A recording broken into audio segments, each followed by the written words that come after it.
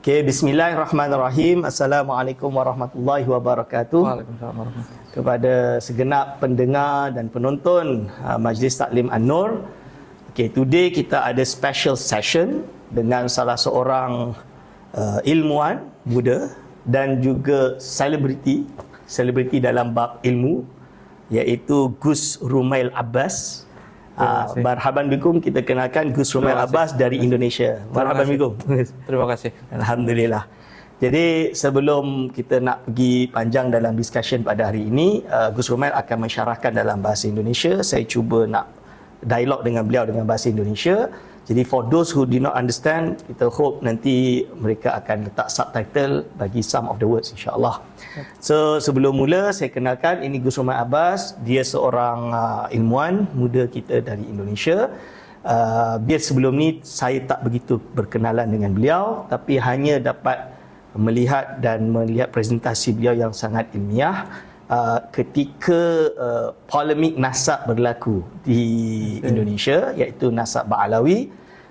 Just short pengenalan, Ba'alawi adalah keturunan Rasulullah SAW melalui jalur Husaini, Ahmad Isa Muhajir dan turun, dan banyak keturunan-keturunan Said yang ada di Malaysia, Al-Haddad, As-Saqaf, Al-Attas, Jamalulail, Al-Aidid bin Yahya dan lainnya, semua adalah intisab atau kembali kepada nasab yang paling besar, iaitu nasab Ba'alawi.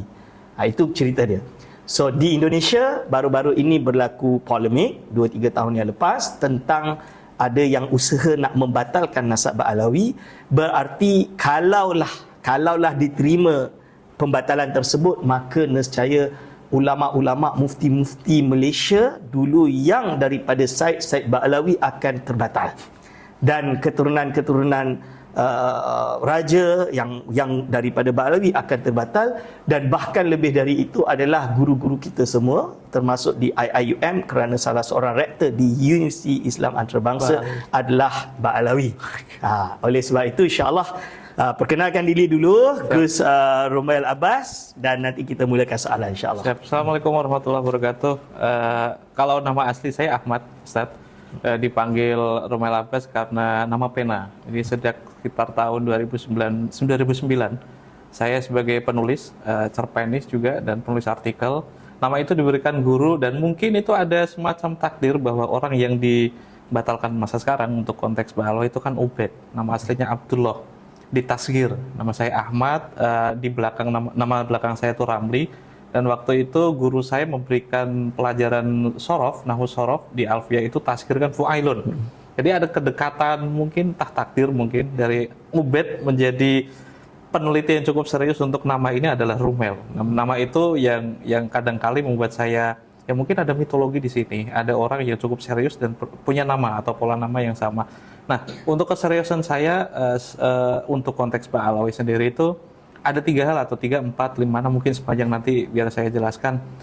Teringat waktu sekitar beberapa puluh tahun yang lalu, 80 atau mungkin 70-an, itu kan ada orang namanya Yusef Shah.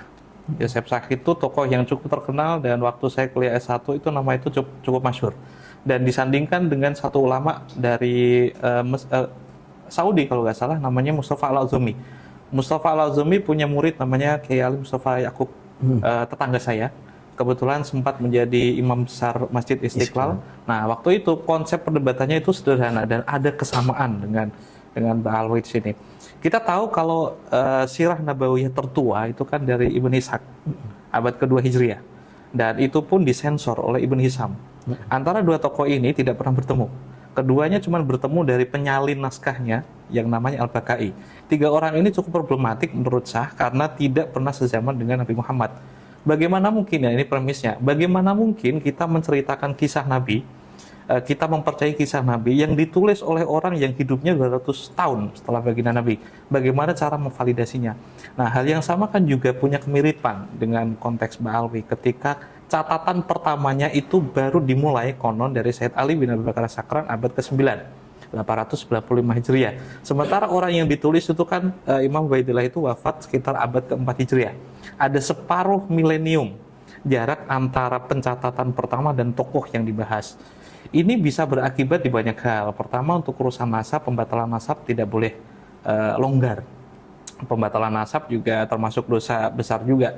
Yang pertama. Yang kedua, untuk segi keilmuan, seluruh pondasi Islam itu kan diriwayatkan, disanadkan, dan tidak ada satupun catatan, tidak ada bukti material yang sezaman. Itu nanti akan mengikis kepercayaan umat muslim terhadap apakah bisa mempercayai hadis Nabi yang diriwayatkan kita di masa sekarang. Itu pun baru ditulis oleh Imam Bukhari di abad kedua. Kita tahu Imam Bukhari dengan baginda Nabi jaraknya kan hampir 200 tahun lebih.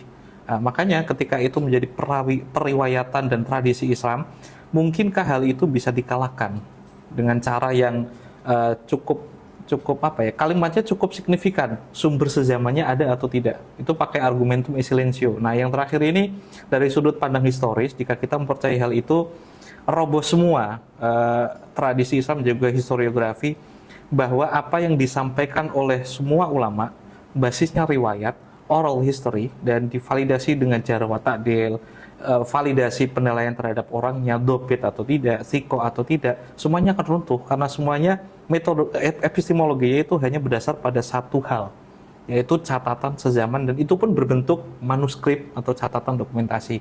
Makanya ketika ada orang yang bertanya apa motivasiku sebenarnya sederhana. Apa yang saya lakukan untuk Mbak Alawa itu merembet ke keilmuan yang lain. Pada dasarnya semua nasab itu kan diriwayatkan dari orang tuanya lagi, dan semuanya itu tidak akan berdusta kecuali memang ada syura wasifadoh yang bisa dibatalkan, mabtulah. Nah, keilmuan itu bukannya harus divalidasi dengan cara yang konyol. Keilmuan itu kan ya ilman bi ilmin, harus dijawab dengan cara yang sama. Mustafa Al-Azmi saya sebut itu untuk inspirasi karena dialah mungkin di antara sekian banyak ulama yang berusaha mencari catatan itu, meladeni itu. Terlihat konyol, tapi kalau dilihat secara baik, akhirnya dari Mustafa Al-Azmi kita bisa mendapatkan surat dari Nabi yang dikirimkan kepada Heraklius. Kalau tanpa Mustafa Al-Azmi, mungkin kita tidak akan tahu bahwa yang ditulis oleh Imam Syafi'i itu ternyata hilang 1 milenium lebih, dan akhirnya ditemukan oleh orang yang namanya Ahmad B. Al-Husaini. Kalau tidak ada dia, mungkin nama Imam Syafi'i atau mungkin ya dalam bentuk kutipan. Khawatirnya kalau Imam Syafi'i sebagai pendiri mazhab itu tidak punya manuskrip sezaman, ya kitab babunya itu tidak ada dan tidak pernah divalidasi, lantas Imam Syafi'i menjadi apa? Apakah figur yang fiktif? Apakah figur yang ahistoris? Tidak, orangnya tidak ada, tapi kitabnya kok beredar. Kedua hal inilah yang membuat saya terdorong untuk mencari manuskrip sezamannya. Minimal ada 2 hal. Pertama, bukti bahwa periwayatan yang sekarang, meskipun belakangan, ternyata punya konsistensi dengan masa lalu. Terus yang kedua, periwayatan sekarang, meskipun tidak sezaman, ketika divalidasi dengan epistemologi yang sama dengan tradisi Islam, ternyata semua ceritanya, kontennya, matanya mirip. Sekadar bukti, sekitar tahun 635 Hijriah, jauh sebelum Sayyid Ali bin Abi Bakar As-Sakran itu menulis kata Ubed, saya nemu satu manuskrip dari Ibn Hasan, dari Ali bin Jadid, menuliskan kata yang spesifik dengan Ubed. Ini artinya apa yang ditulis pada abad ke-9 konsisten dan sama dengan catatan personal yang dimiliki oleh orang di masa lalu. Nah, kelas mungkin seperti itu. Now kita pergi ke yang tadi, yaitu Al-Jadid telah menulis. Boleh explain pembuktian bahawa Al-Jadid, siapa dulu Al-Jadid, lalu manuskrip yang Gus Rumel ketemu, dan apa signifikan daripada manuskrip ini, bahas apa sebenarnya.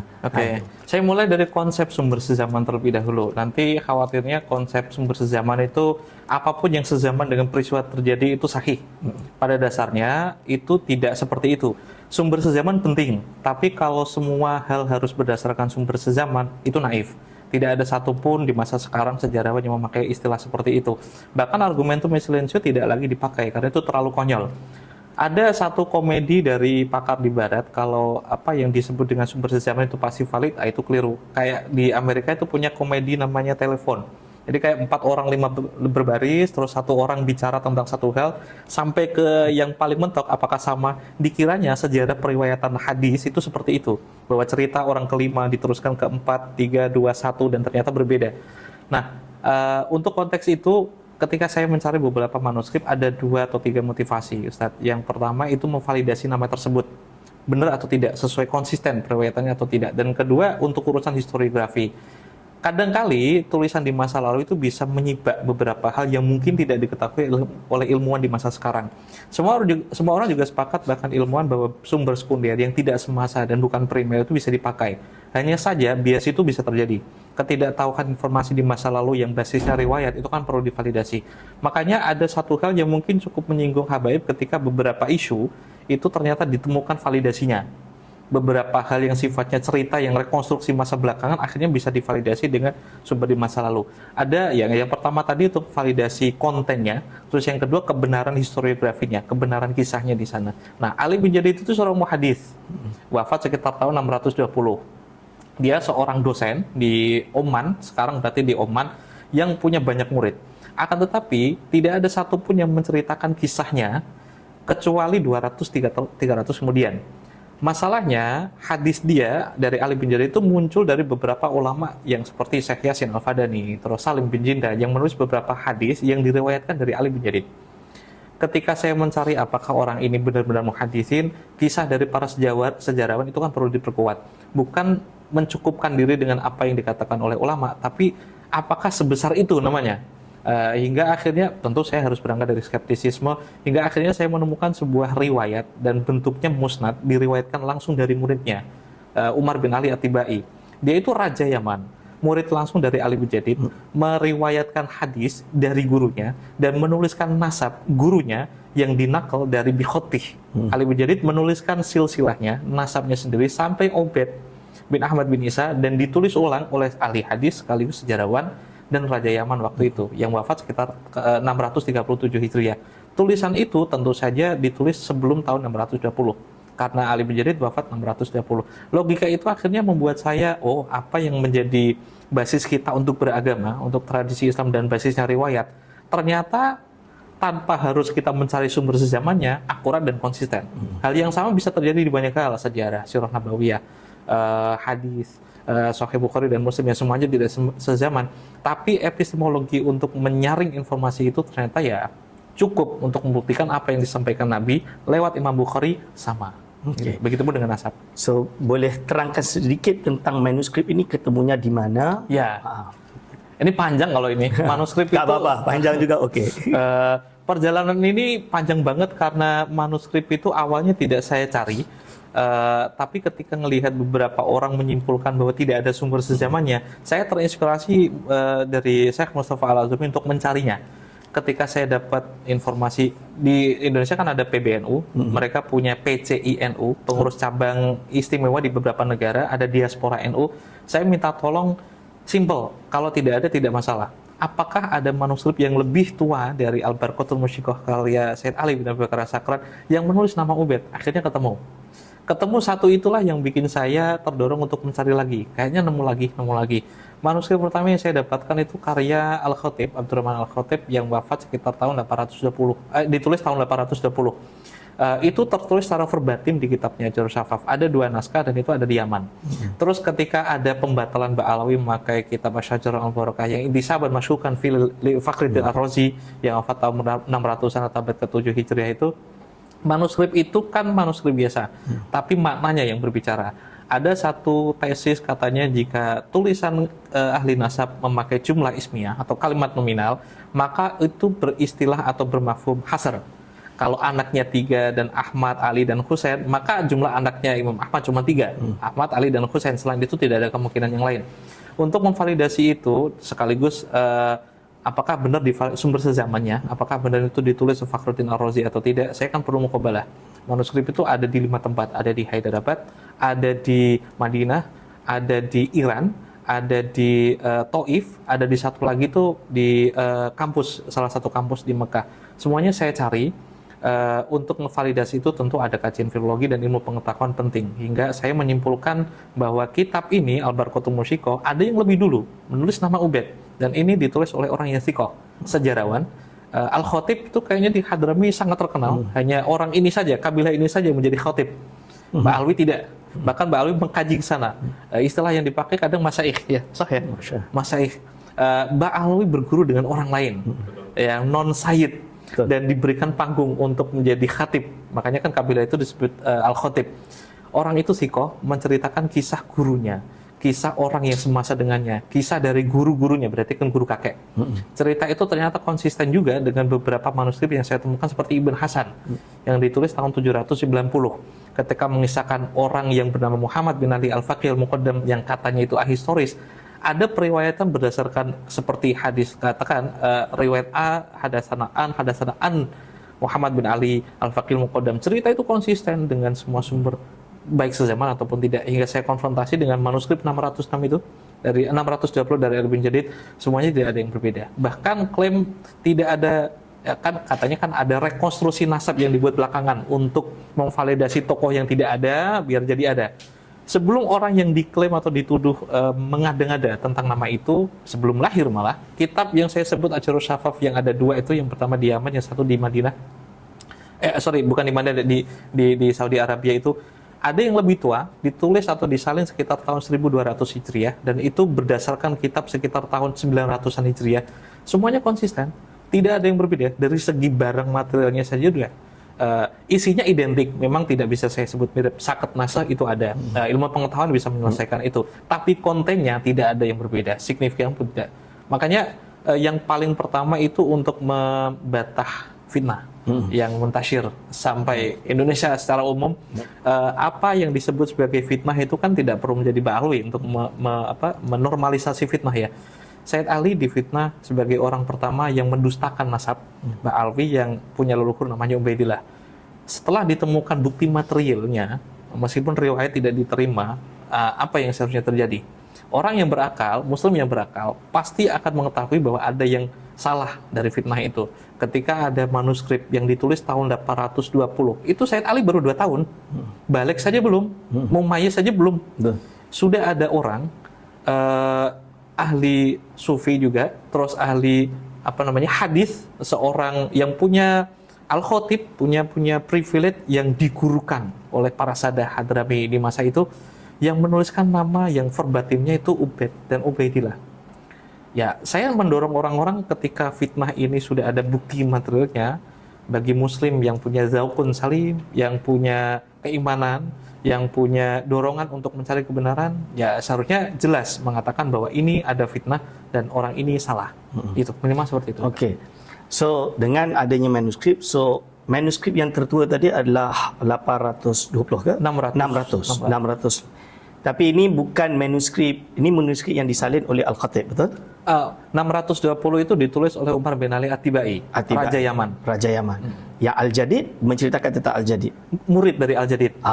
So ini adalah seorang Raja Yaman menulis sejarah gurunya Al-Jadid, yang Al-Jadid ini mengambil ilmu atau keturunannya sampai kepada Ubaidillah yang sampai kepada Ba'alawi. Berarti kalau Ubaidillah itu tahunnya berapa? Yang beda berarti sekitar tahun 380, berarti abad ke-4 Hijriah. Ali bin Jadid itu keturunan dari Imam Ubaid tapi dari jalur yang berbeda. Validasinya kan dari nasab yang ditulis orang di masa lalu. Ba'alwi itu dari Alwi bin Ubaid bin Ahmad bin Isa. Kalau bin Jadid, seperti bin Jadid bukan Ba'jadid, itu dari Jadid bin Ubaid bin Ahmad bin Isa. Ada juga saudaranya dari Alwi yang namanya Basri. Ketiga orang ini yang disebut, yang muntasyir, keturunannya disebut Ba'alwi dari Alwi saja. Dan Jadid itu cabang dari yang lain dan marganya bin Jadid. Jadi mereka itu sepupu Ibn Am. Jadi mereka ini bukan fiktif, tapi memang betul-betul wujud. Dan semua orangnya ada dan diiktiraf. Dikenal, ma'ruf, mustafad. Kami istilah hadis. So dengan adanya kajian Gus Rumail ni, alhamdulillah kita boleh cantum all the puzzle lah, kita panggil bahasa Melayunya, boleh dicantum dan kita boleh menemukan bahawa sahih nisbahnya Ba'alawi sebagai keturunan Rasulullah SAW. Bagaimana dengan keputusan dan hasil kajian ini sekarang pada hari ini di Indonesia, gimana euforianya? Menyelesaikan atau belum, atau masih gimana? Ini Ustadz, untuk resolusi sebenarnya saya sebagai warga sipil atau mungkin dari intelektual dan akademisi tidak akan bisa memastikan seberapa bagus saya untuk menormalisasi kasus ini. Tapi minimal saya sudah berusaha dari jalan yang paling benar. Sebagai ahli ilmu, ya kita bicara tentang ilmu juga. Kalau memang masyarakat tidak menerima, ya wallahualam, itu urusan mereka dan hati nuraninya. Tapi segala ikhtiar saya 2 tahun terakhir itu hanya untuk membuktikan ada cara yang paling beradab untuk membicarakan ini, yaitu bicara tentang ilmu. Jangan kita campur hal yang lain. Jika kita bicara ilmu ke ilmu, kita punya musalamat. Nanti kalau tidak ada musalamat, yang satu orang bicara A, yang satu lagi punya metodologi yang berbeda, kita tidak akan bertemu. Selama hal itu saya sampaikan terus-menerus, yang bisa saya lakukan hanyalah ikhtiar. Jika memang masyarakat tidak menerima, itu menjadi urusan hidayah mungkin dan hati nuraninya. Tapi bagi masyarakat yang punya akal, yang punya hati nurani, yang punya logika yang baik dan rasional, ya saya berharap mereka melihat ini sebagai tradisi Islam yang layak untuk diperhatikan. Karena kita kalau memisahkan antara sains dan juga ilmu pengetahuan tradisional, setelah dibuktikan secara material pun ya ternyata ada kok. Jadi apa yang disampaikan oleh guru-guru kita tentang tradisi Islam yang semuanya berbasis riwayat, divalidasi dengan cara yang sangat tradisional, ternyata juga bisa mewakili peristiwa yang faktual di masa lalu. Minimal seperti itu, Ustaz. Dua soalan terakhir. Dua soalan terakhir. Kajian Gus Rumail ini apakah sudah dibukukan, dituliskan dalam bentuk ilmiah? Ini sekaligus dua permintaan dan sekaligus doa kayaknya. Amin, amin. Semua penelitian saya awalnya kan amatir, tapi akhirnya saya terinspirasi untuk menerbitkan ini dalam dua produk. Pertama dari tesis di kampus dan yang kedua dalam bentuk paper. Ada satu lagi yang mungkin saya terbitkan dalam bentuk buku komersil. Tidak semua orang bisa membaca tesis, tidak semua orang bisa memahami kalimat-kalimat intelektual di kampus. Saya ingin mengubah kalimat itu dalam bentuk cerita, storytelling. Untuk buku, semua penelitian saya akan saya tuangkan dalam bentuk cerita, sejak awal hingga akhir. Nah, kalau memang ada hasil akhirnya seperti apa, ada 3 macam dari karya ilmiah yang akan diuji di kampus, dan paper, Scopus, kalau standarnya, terus yang terakhir adalah buku komersil. Untuk buku komersil adalah yang terpenting, karena saya akan berkomunikasi dengan masyarakat. Untuk kampus mungkin kalangan intelektual itu cukup mudah. Sesama pelajar kayaknya bicara tentang ilmu pengetahuan kan cukup mudah ya, mudah. Untuk paper juga sama. Tapi untuk orang awam yang harus berbicara dengan kalam mereka, dengan kadar intelektual mereka, agak tricky. Dan akhirnya saya belajar untuk gimana cara menulis sebuah cerita yang bisa dipahami tidak hanya orang intelektual tapi juga orang awam. Tapi saya pastikan semua isinya adalah akademis, semua isinya diuji oleh pakar, semua isinya adalah valid dan sesuai dengan metodologi penelitian. Itu Ustaz. Okay. Last question. Very last question. Last. Kerana waktu tak banyak, tapi soalan ni perlu kita dapat pencerahan, terutamanya di Malaysia. Ada yang isukan Ba'alawi ini tidak sahih nisbah kerana tidak berani tes DNA. Oh ya. Dan bagaimana validity DNA, is it really important dalam testing? Oke. Ini termasuk yang saya kaji di tesis. Jadi judul saya itu membandingkan dua epistemologi yang berbeda. Genealogy secara tradisional dan dua epistemologi tentang Y-DNA atau Y-kromosom. Saya tidak punya kepakaran di sana, tapi dalam tesis saya akan menceritakan ini secara histografi dan wawancara dengan 4 pakar. 4 pakar itu pada rencananya saya akan berikan pengetahuan bahwa di Indonesia atau mungkin di tempat lain ada nyebutnya apa ya, fenomena yang kemungkinan bisa mendobrak tradisi. Saya belum bisa menjawab hal itu, Ustadz, karena ini masih dalam perjalanan dan baru 1-2 pakar yang saya komunikasikan. Yang pasti fakta yang saya dapatkan, semua yang diklaim sebagai Y-DNA, apakah bisa memvalidasi leluhur jauh? Saya menemukan banyak diskrepansi. Diskrepansi itu segini.